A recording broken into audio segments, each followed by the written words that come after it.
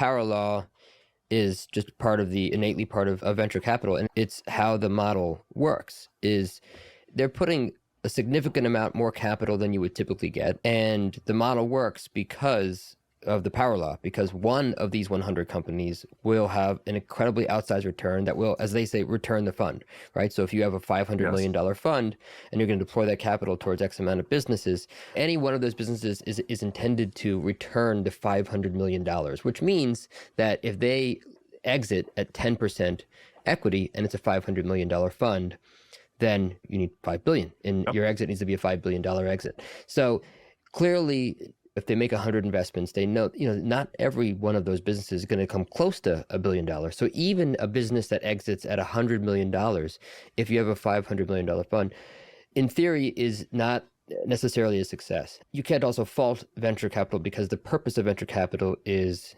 to create an engine where yes, but I think if you look at it more artistically, the purpose of venture capital in aggregate in America, at least, is to fast track innovation, right? It's a vehicle of capital that keeps moving our economy forward because before it was you could get an SBA loan, right? And you could try to get a loan from the bank, and that's how Nike did it, right? But for the most part, it's not easy to get that. And that is a business where you need to have a cash flow business, or you need to grow very, very slow over 20 plus years.